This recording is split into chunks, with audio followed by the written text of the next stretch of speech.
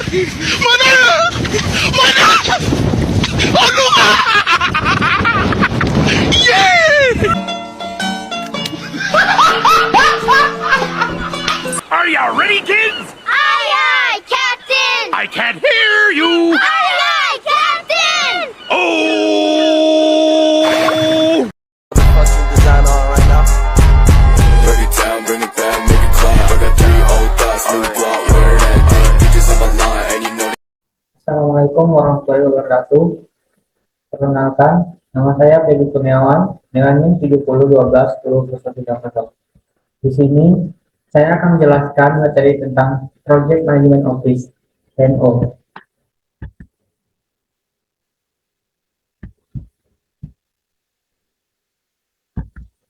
Apa itu Project Management Office?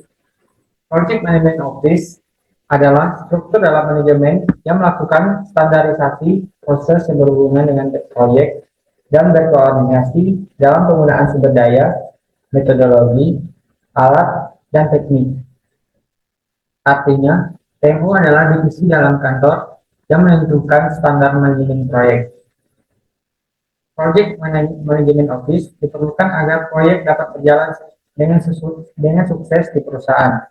PMO membantu perusahaan mengatur dan mengoptimalkan sumber daya untuk menyelesaikan proyek yang sedang berjalan. Istilah PMO ini sering terdengar ketika berbicara tentang manajemen proyek. PMO adalah tim atau departemen dalam sebuah organisasi yang bertanggung jawab untuk kontrol terpusat dari semua proyek yang dikembangkan. Jenis-jenis Project Management Office. Terdapat 3 jenis PMO yang berbeda yang memiliki tingkat kontrol berbeda di perusahaan, yaitu direktif, memegang kontrol secara penuh dan tinggi dari sebuah proyek perusahaan. Konflik, mengambil peran sebagai konsultan terhadap proyek dengan memberikan pelatihan dan informasi. Controlling, memberikan bantuan dan memastikan karyawan menggunakan tools hingga proses pengerjaan proyek dengan benar.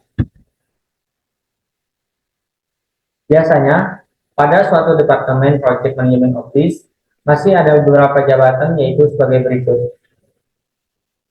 Di antaranya adalah Direktur, Project Manager, Acara Manager, Project Scheduler, Project Planner, Project Controller, dan Staf Administrasi. Tugas tanggung jawab Project Management Office. PMO akan menjaga keberlangsungan menurut semua proyek yang dijalankan perusahaan dan memastikan proyek-proyek itu mengikuti taktik perusahaan.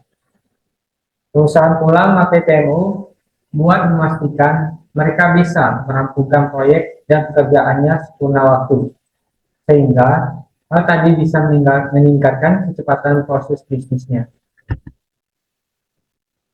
Menurut Indeed, terdapat tugas lain yang diemban menjadi bagian menurut PMO, antara lain menciptakan baku dan proses pengerjaan setiap proyek, menjaga transparansi menurut setiap proyek, buat membantu perusahaan menciptakan keputusan yang efektif, mendesain proposal proyek, membantu project manager dan anggota timnya menggunakan donasi administratif dan operasional, membantu melancarkan genre kabar dan komunikasi pada pengerjaan proyek, melacak progres setiap proyek buat memastikan perusahaan menyelesaikan sinkron menggunakan budget, asal daya, dan jadwal yang sudah dipengaruhi,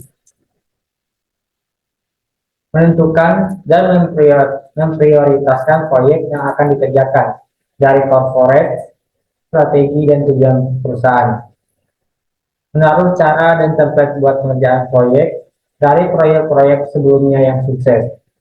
Memfasilitasi tim proyek buat mengefektifkan proses kerjanya dan menaruh mentoring dan coaching seputar pekerjaan proyek. Dan mengatur dokumentasi menurut pengerjaan proyek.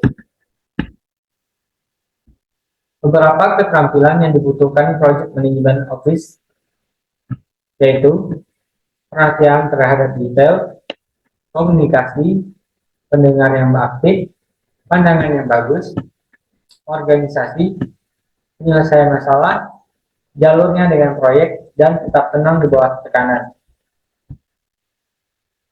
Manfaat Project Management Office yaitu meningkatkan jumlah proyek yang dapat memenuhi tujuannya dalam hal waktu, biaya, ruang lingkup, dan pekerjaan.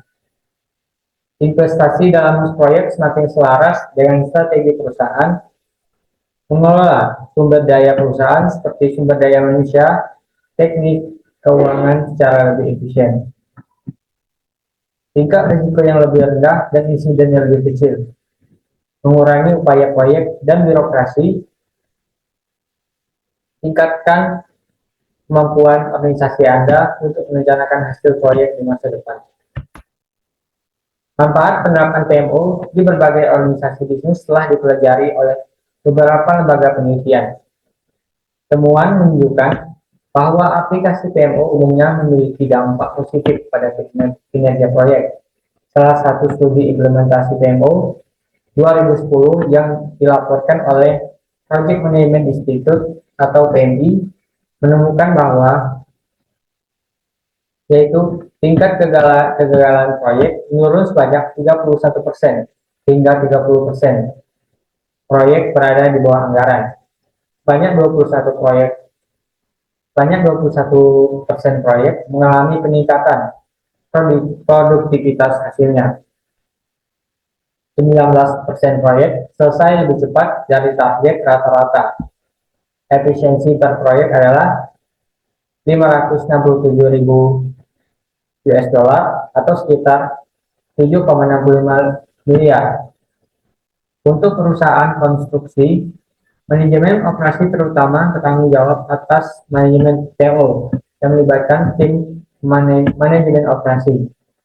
Portofolio proyek dikelompokkan berdasarkan disiplin, geografi, atau nilai kontrak. Namun, manajemen operasional ini bukan PMO. Perbedaan yang paling jelas adalah bahwa PMO mengelola berbagai program dan proyek strategis organisasi, sedangkan manajemen operasional mengelola berbagai proyek operasional perusahaan konstruksi. Tujuan dari Project Management Office adalah untuk meningkatkan keberhasilan proyek-proyek dalam suatu organisasi melalui standarisasi, pengawasan, dan koordinasi praktik manajemen proyek. Beberapa tujuan utama dari PMO yaitu standarisasi, pengawasan, koordinasi dan kolaborasi, pengembangan kapabilitas, manajemen portofolio. Dengan mencapai tujuan-tujuan ini, PMO dapat membantu meningkatkan pengiriman proyek, mengurangi risiko, meningkatkan efisiensi, dan meningkatkan keselarasan proyek dengan tujuan strategis. Kesimpulan dari Project Management Office yaitu, selain menjalankan fungsi operasional pada umumnya, organisasi atau perusahaan kadang kala mempunyai event tertentu. Event ini sebagai rencana kerja yang memiliki sasaran khusus serta deadline yang jelas. Untuk melaksanakannya, membutuhkan project manajemen yang nantinya bertugas memastikan tercapainya tujuan proyek dengan menerapkan strategi yang telah disusun sebelumnya. Karena besarnya amanah dari manajemen proyek, maka dibutuhkan skill-skill dasar yang mumpuni. Tujuannya agar ia mampu menjalankan tugas dan tanggung jawabnya mulai dari tahap perencanaan hingga membuat laporan yang ditujukan pihak-pihak bersangkutan. Demikianlah presentasi dari saya. Lebih dan kurang saya mohon maaf. Assalamualaikum warahmatullahi wabarakatuh.